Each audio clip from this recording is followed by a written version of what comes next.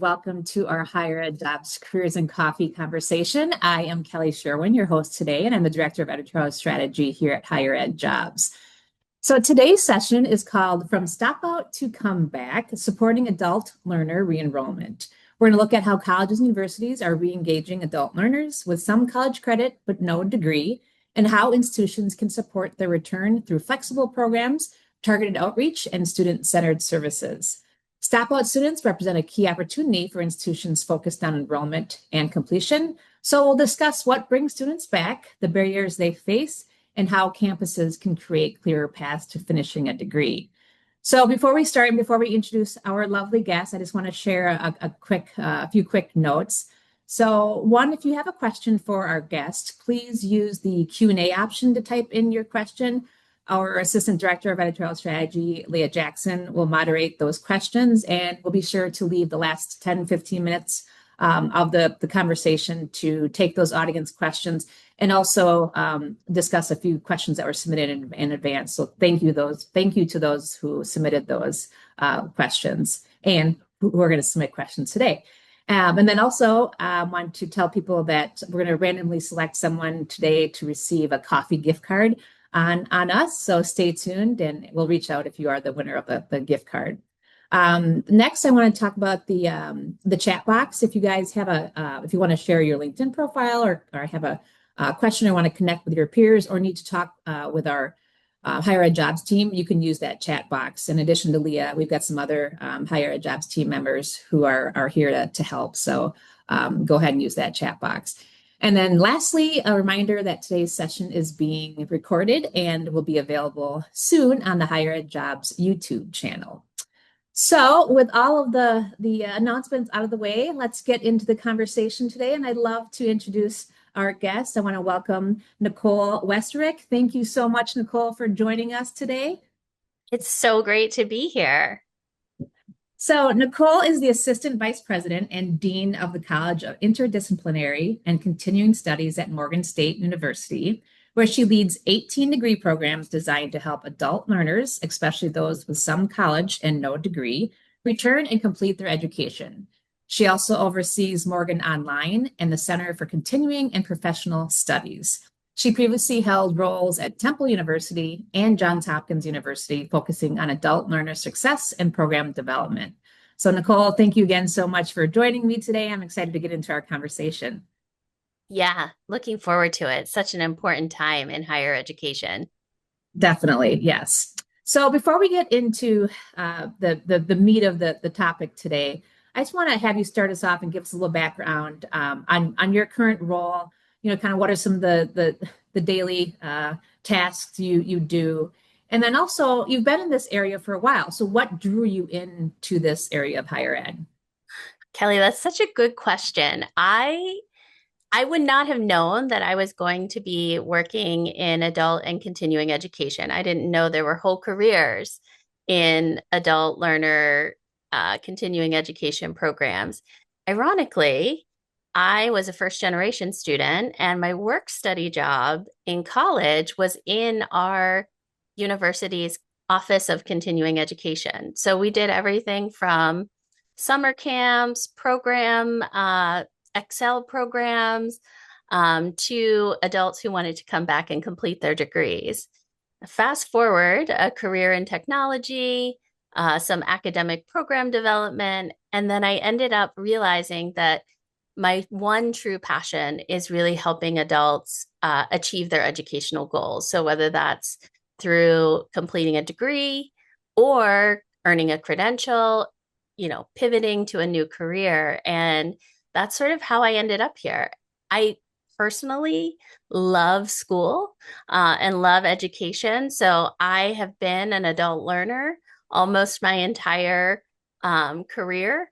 My mother likes to tease me about when am I starting my next degree program? And I say, I don't know yet. But it's one of those things that is a continuous evolution, like just making sure that there are spaces where adults can come back and achieve their educational dreams.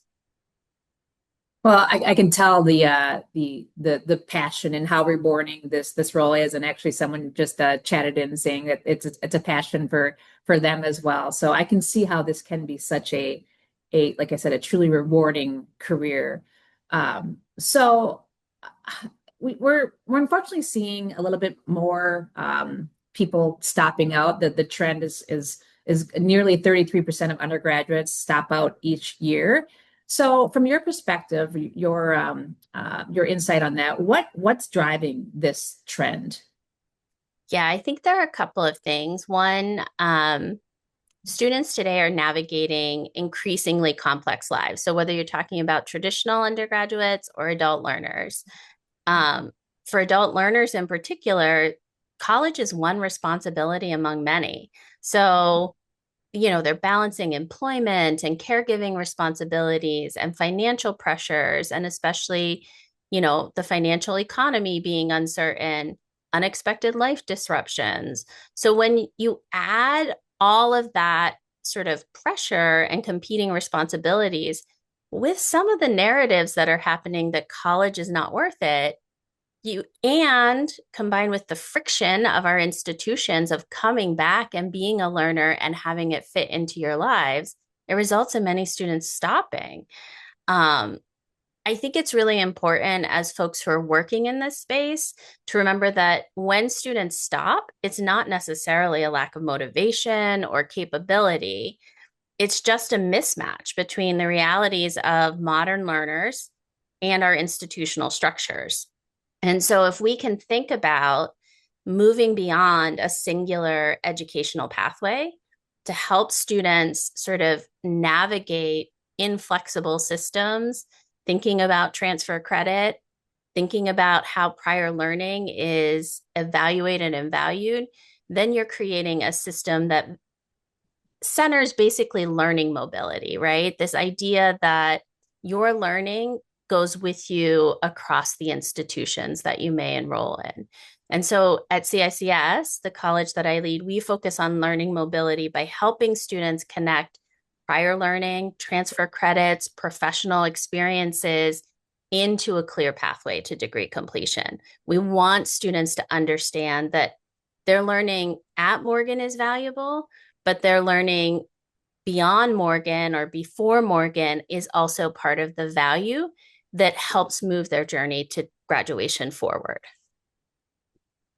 That was perfectly said, and I love the fact that you said that it's sometimes, and it's maybe I'm not saying it's all people working in your area, your role, but there might be a misconception that people are not motivated and they're just they don't care about school. But like you said, there might be a mismatch, or we're balancing so many different things, balancing life, balancing just everything going on. So yeah, so ultimately, unfortunately, it leads to like we said, sometimes people stopping out. So the idea I could see of returning and coming back could be pretty overwhelming. Coming back isn't just like a smooth transition, both mentally, emotionally, financially, everything. So why? I mean, I know you kind of briefly touched on the balancing, but why do so many students, you think, hesitate to take that first step to get back in, or what can institutions help these students to get over that hesitation, that first step? And I guess adding from your perspective at Morgan State, what are you guys doing? Do you have strategies that you've seen that are working? Yeah. So many students hesitate because they assume they're starting over, right? So if we take just a traditional bachelor's degree, 120 credits, although that's shifting in some parts of the country. Um, but 120 credits when you're starting at zero seems like a pretty overwhelming goal, right? They worry that too much time has passed. They feel like their credits won't count. They feel like the process is going to be too complicated to manage alongside all of their life responsibilities. So, one of the things that we do is we really think about who are our students and take a student centered approach to learning mobility.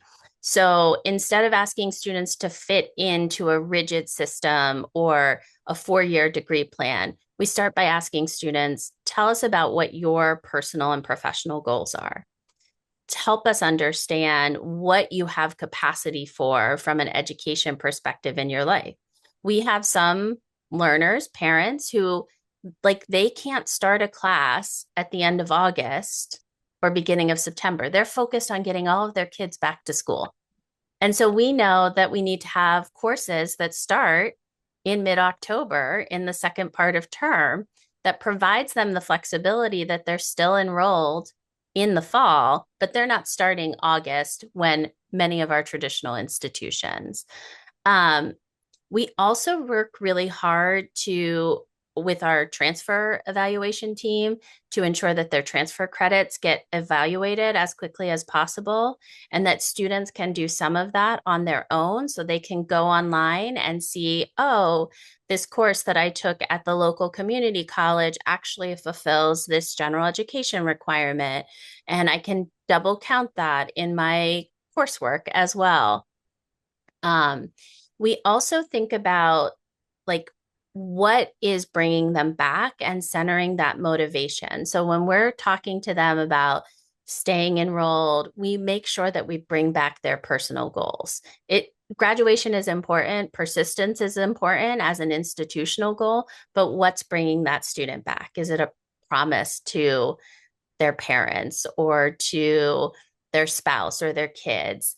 Um, I'd say the last thing that we're really actively working on and have built out is thinking about um, that recognizing learning, which started as a really adult centered thing, but now has become this thing that's being embraced as part of our graduation goals for 2030. And so I'll give you an example. So we have a student, Angela. She works as a yoga instructor, traditional undergraduate, took up yoga, completed a 200-hour yoga certification, works at the yoga studio as her part-time job. Our curriculum, the curriculum that she's enrolled in, requires her to take a physical education class. Why can't we recognize her prior learning as a yoga instructor and reduce her time to degree? So that's the kind of, it started as something really intentional to serve adult learners, but those innovations are really serving all learners. I absolutely love that example. And I love the fact that you're trying to meet students where they're at. So I want to circle back to what you just said about the yoga instructor and the requirement to take a physical education class. I often find times that students they don't know what they don't know. So they don't, like the institution might have this, yeah, we'll give credit for prior learning. But if the student that's re-enrolling or is trying to get back in doesn't know, then they're going to go enroll in that class that they didn't have to take. So how can institutions make sure that they're connecting the dots and communicating that?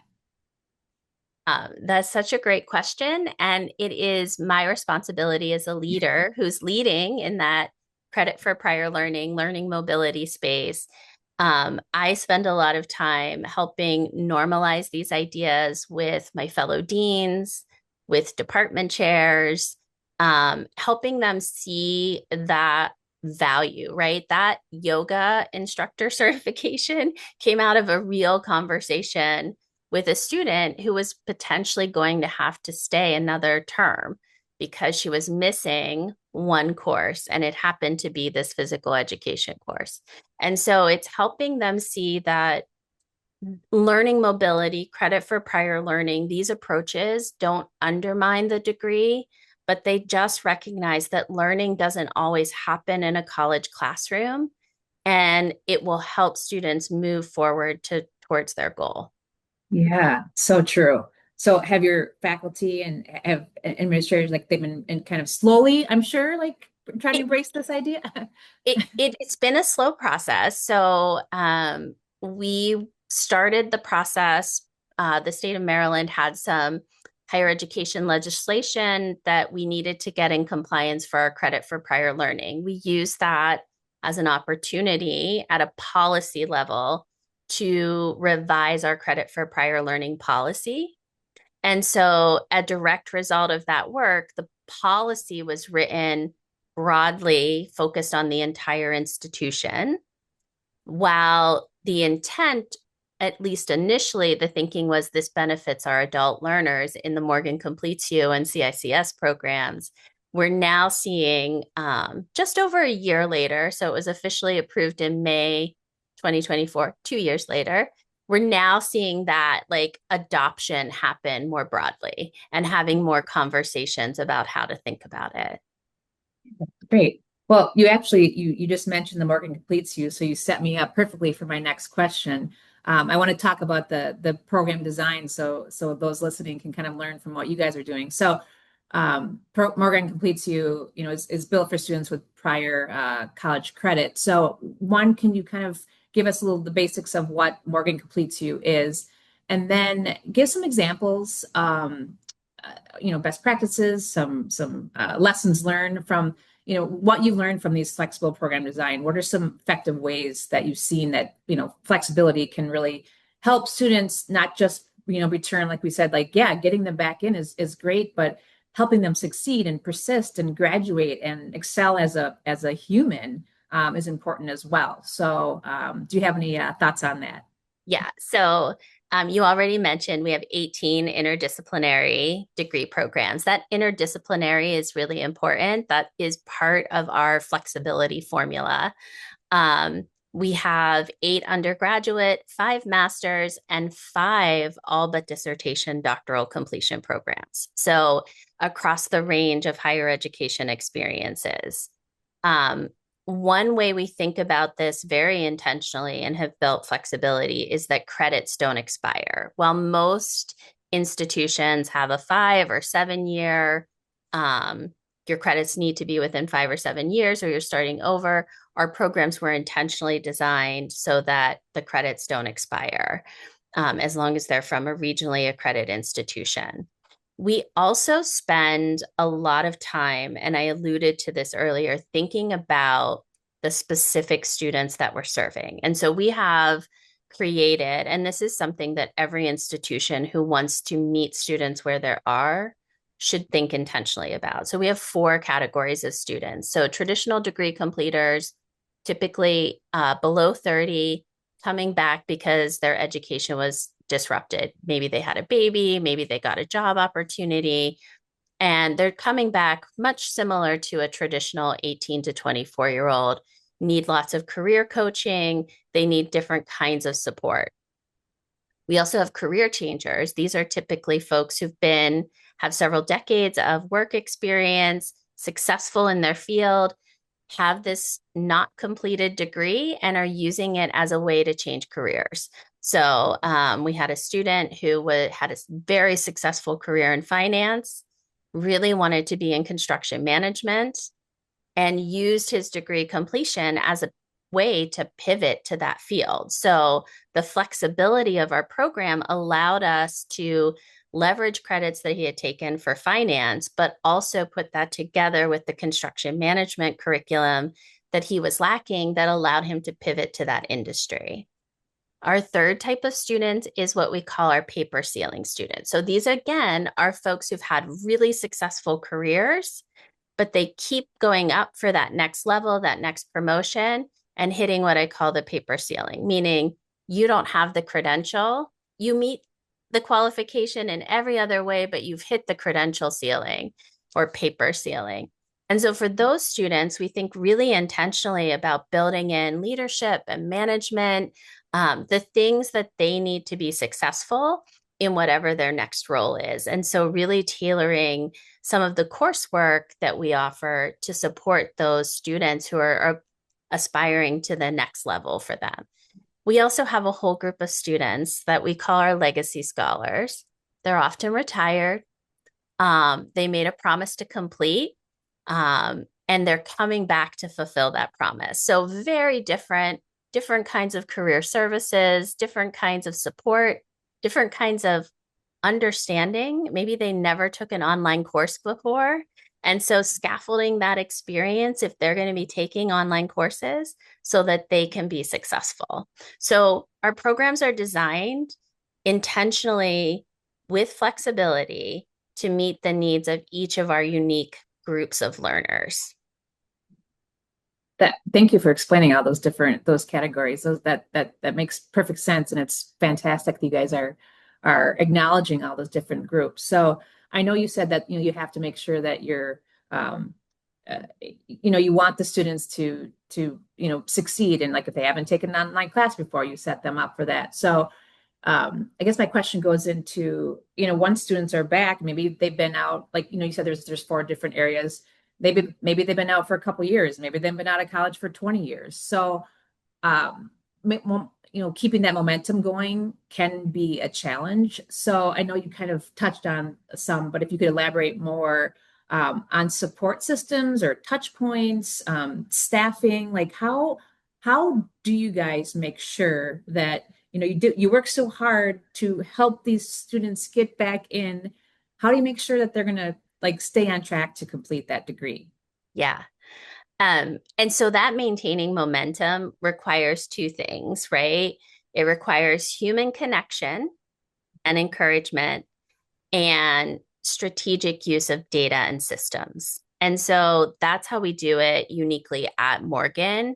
So we know that adult learners are sort of balancing those multiple priorities. We also know that any small disruption can affect persistence. And so we use our student support team, our student success team really focuses on creating those regular touch points through email and text. The texting is really important. We didn't realize how important it was until we implemented it. And students may not check their email, but our mobile devices are with us all the time. And sometimes that little nudge is just enough to get them to go back in, sign into Canvas, complete that next assignment. We're also using some data systems with our learning management system to help us have much earlier predictors of when a student may be drifting. It's often not that a student doesn't want to do the coursework, it's that everything else seems like it's more important and on fire.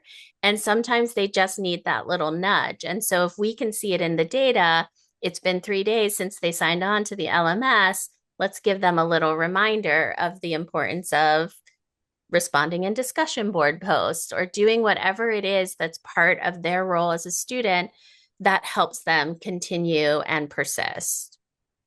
I think the human part of this is the people. And we have a phenomenal student success team with incredible belief that every human can earn a degree. So it starts there from we have a student who's 87 years old and working to complete her PhD.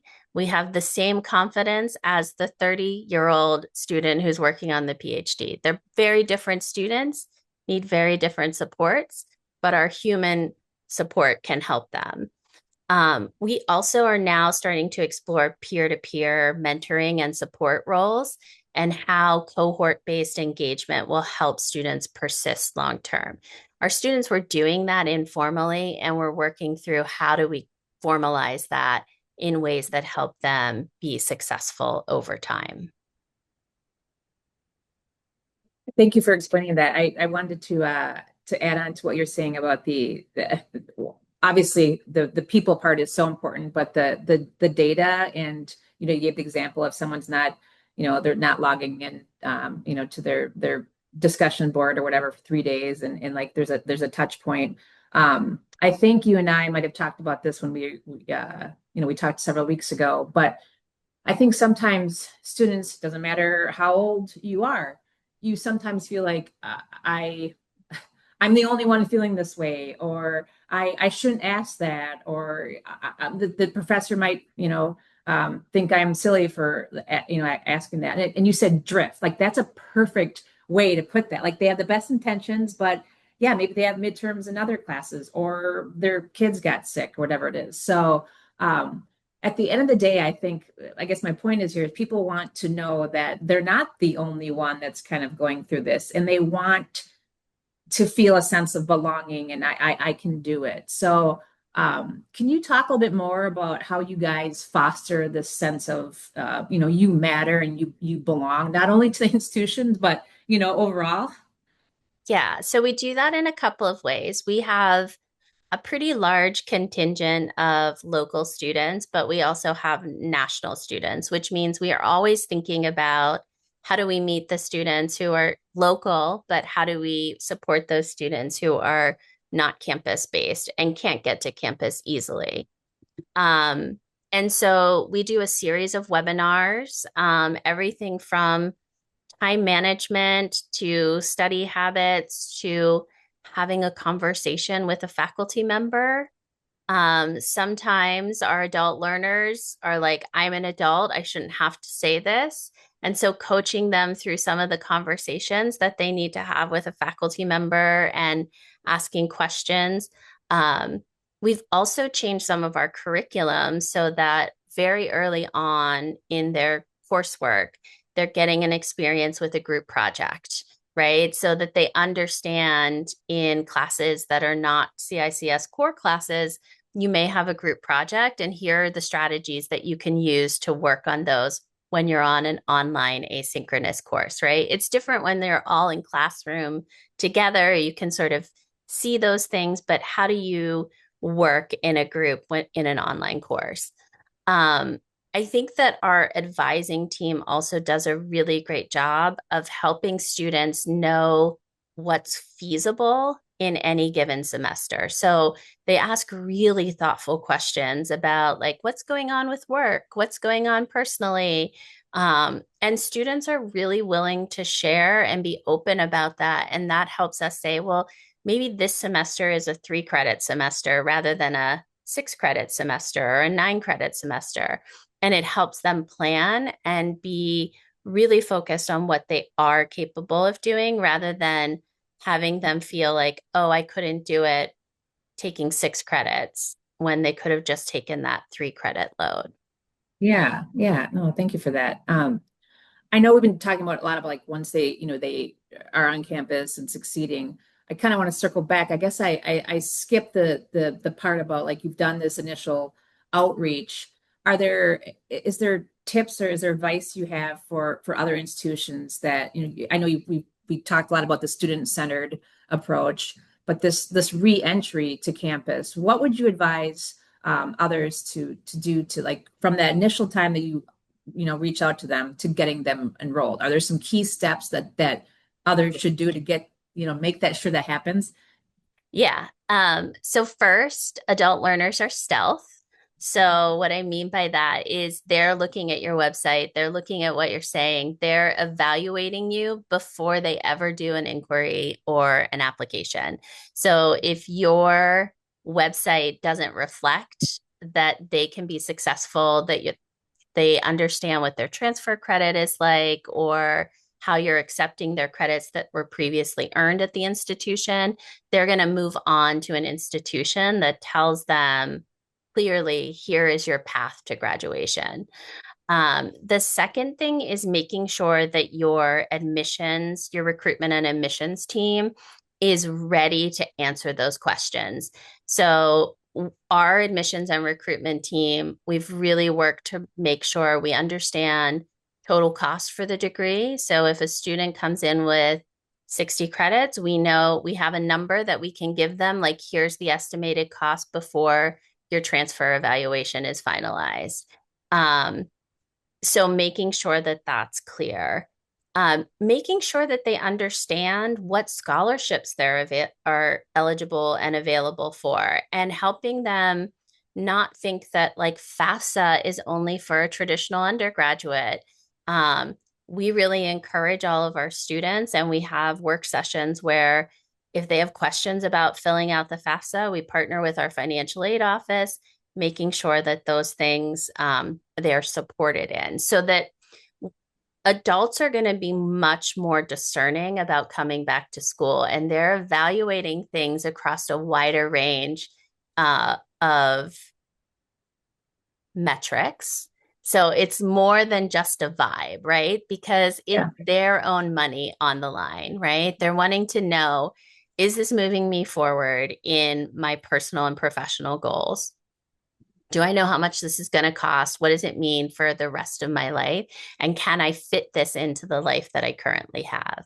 And so making sure that every person that they interact with can provide them with the correct and accurate information, and that they can get most of that information directly through your website. without having to talk to a human.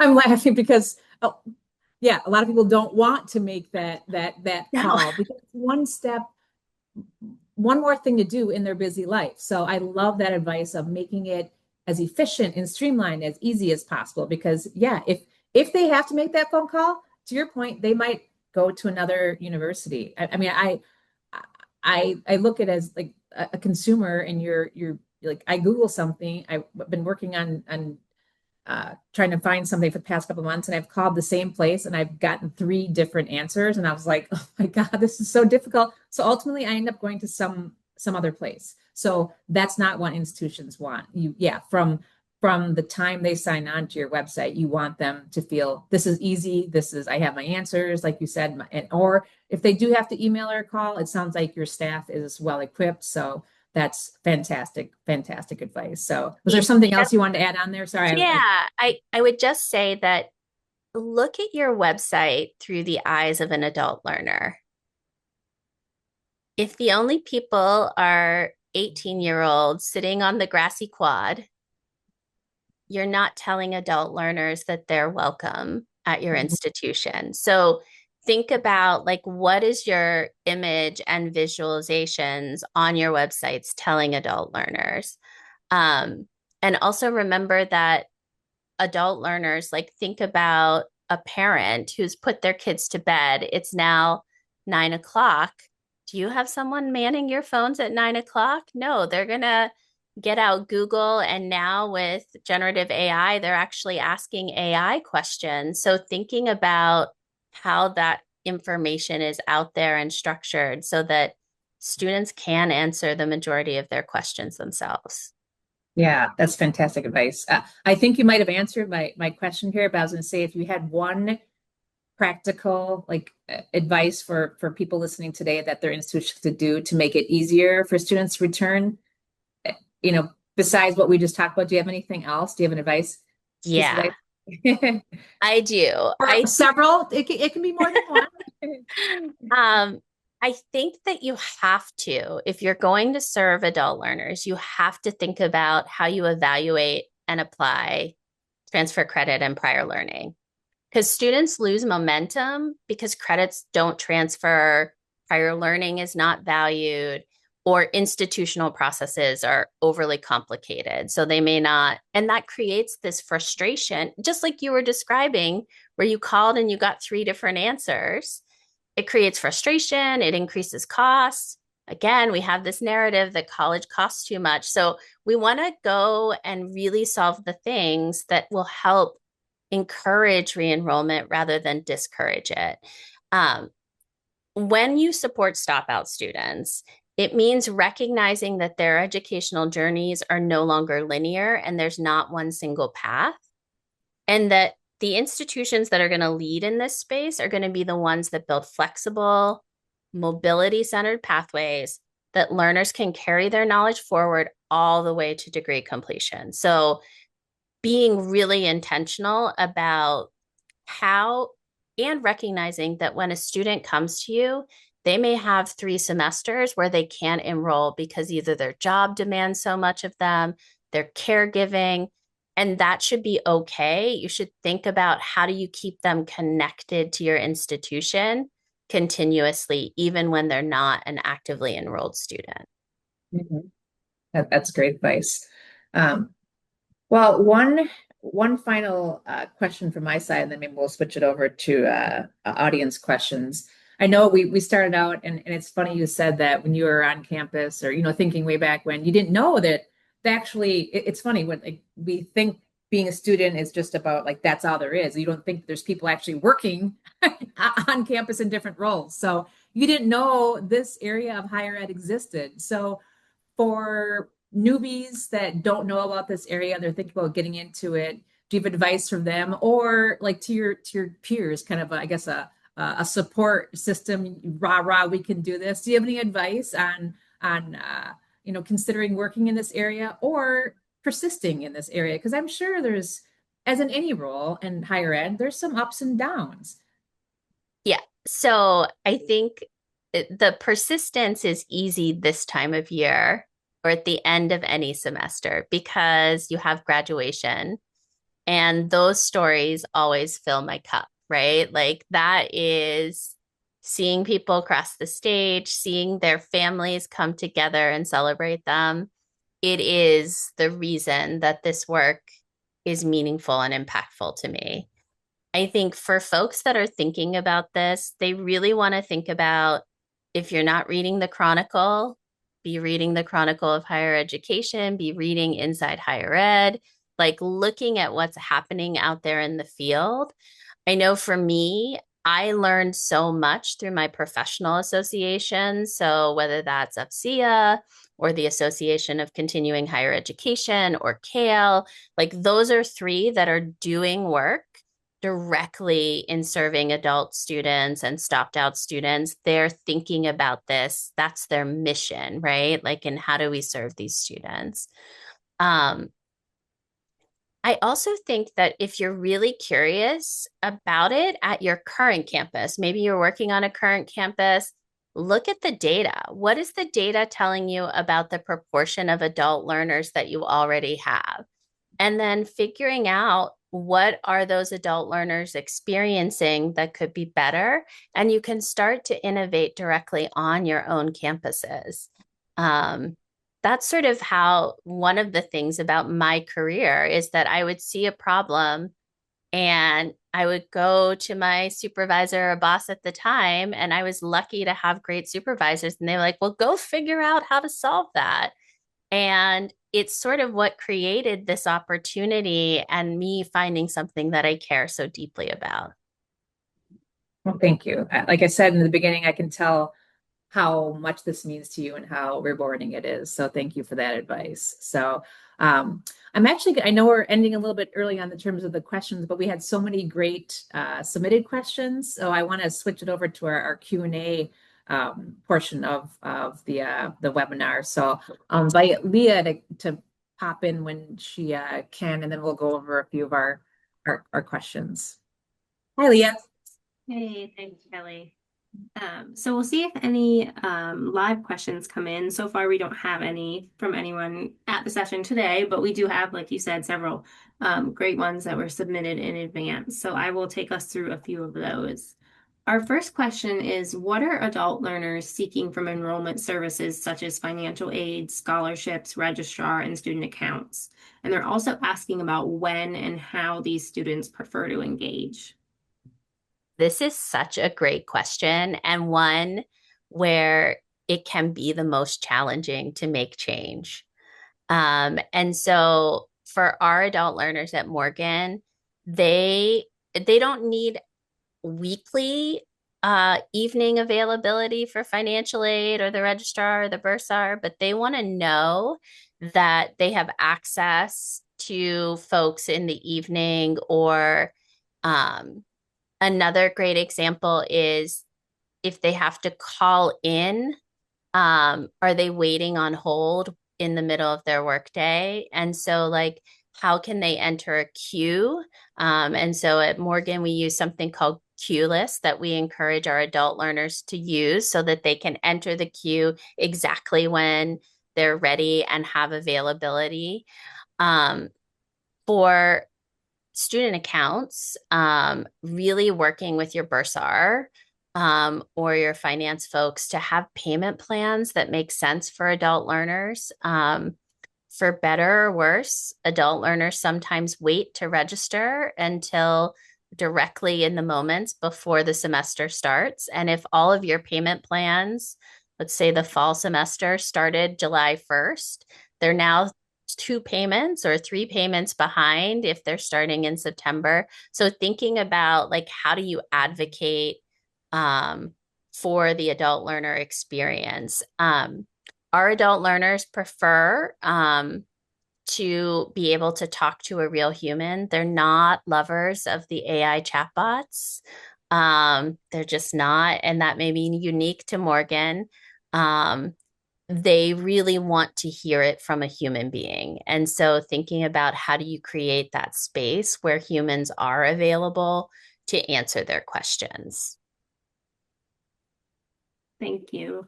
Kelly, I don't know if you have anything to add, but I love what you said about how you kind of avoid having people waiting on hold. I think we can all identify with that, with anything, like Kelly said about the, call she made, any business you call, that can be really frustrating to have to wait on hold. So I think that's a Yeah. great And I was gonna, doing. I think it's so important to your point about not assuming everyone wants to use the AI chat box. I mean, that goes back to understanding the populations. There could be younger, there could be someone like in their 80s that, like you have to not just assume that there's one way to do it. So I think that's fantastic advice to make sure that there are several options. Maybe someone wants to call, maybe someone wants to do the chat box, maybe someone, that. So that's great advice. So yeah, Leah, I'll let you take it over for the next question. Yeah.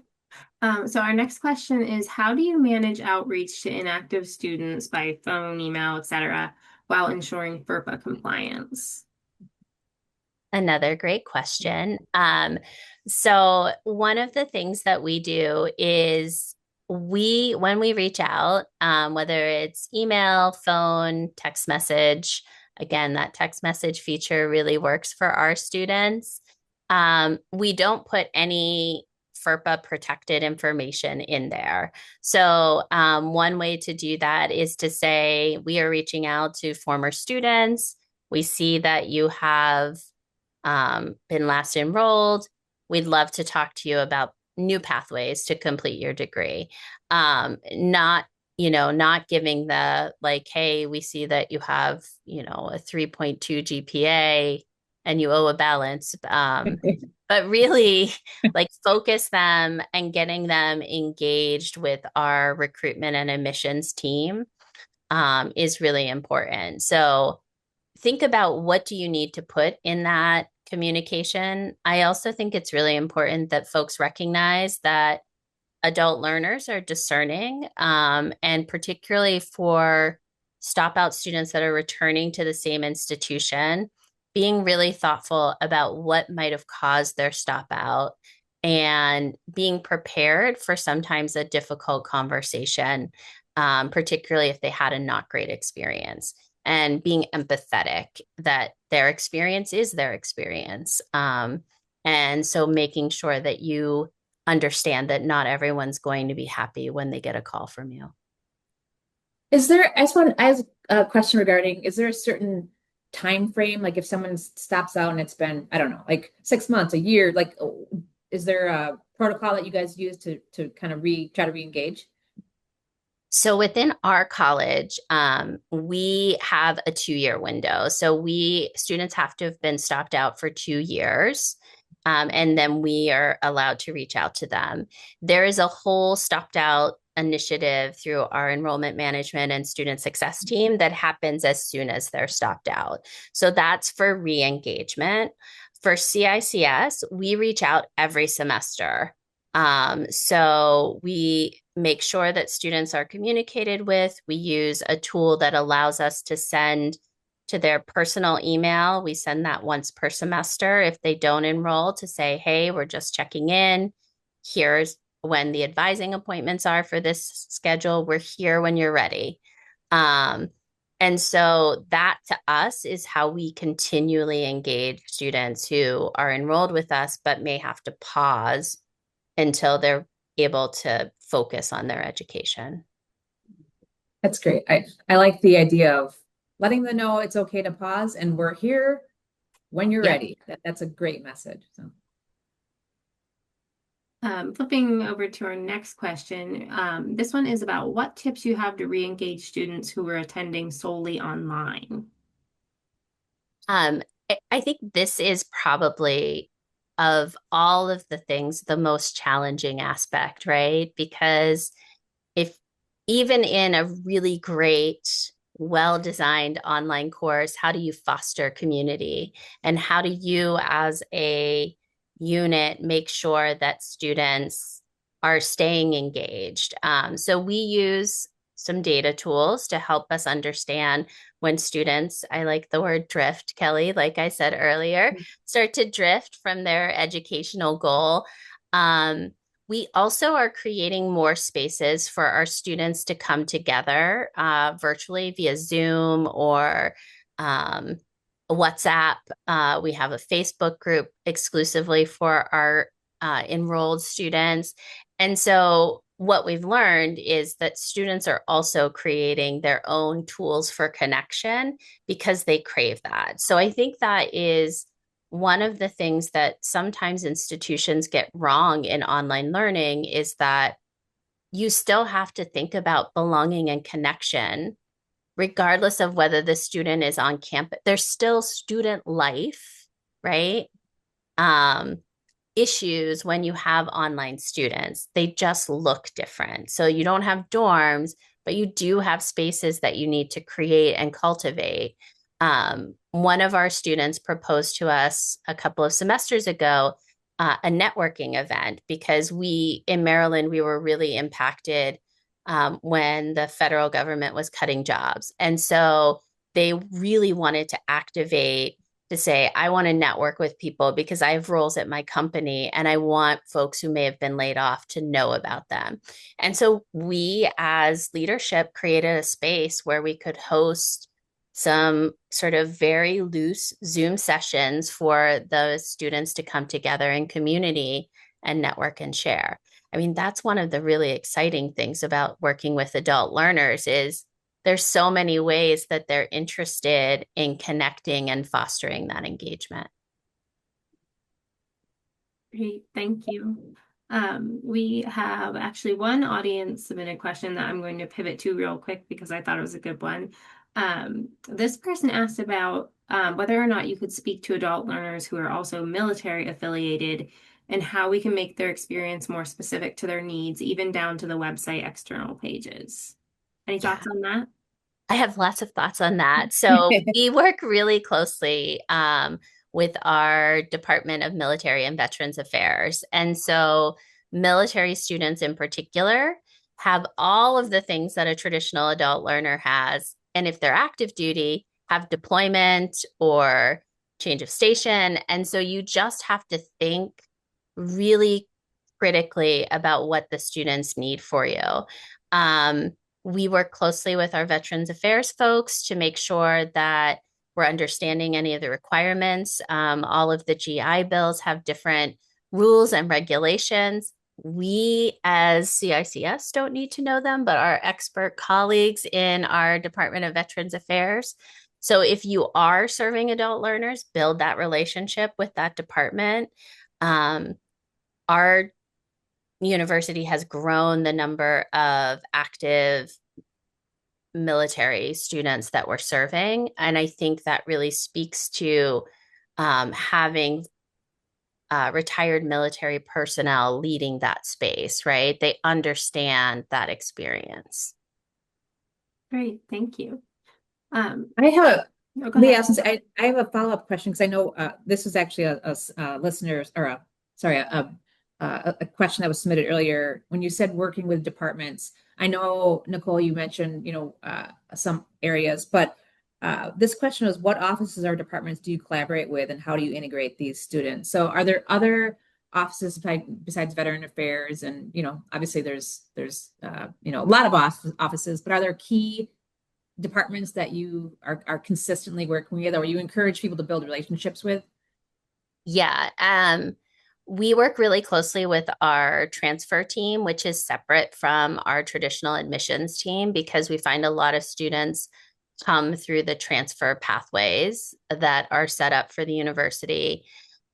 We have built a really close working relationship with our financial aid office and our bursars office to help them understand and educate them on the needs of adult learners, including sort of working to say, can you offer 2 dates in the fall semester where you'll have extended office hours? And if it doesn't work, then we don't have to do it again, but like building that trust. Our division of enrollment management and student success houses most of those units.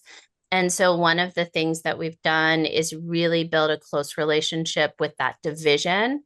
And we attend their leadership meeting. So every month we attend their leadership meeting because we want to be able to raise up our student, unique adult learner student issues to them But yeah, and the department chairs. So especially if you are relying on the rest of the university to produce your online courses, really helping them model and predict your enrollment so that they know, hey, we need 3 sections of media literacy for the fall because we're expecting this many students, because they're generally thinking about their own students and not the impact of the online students.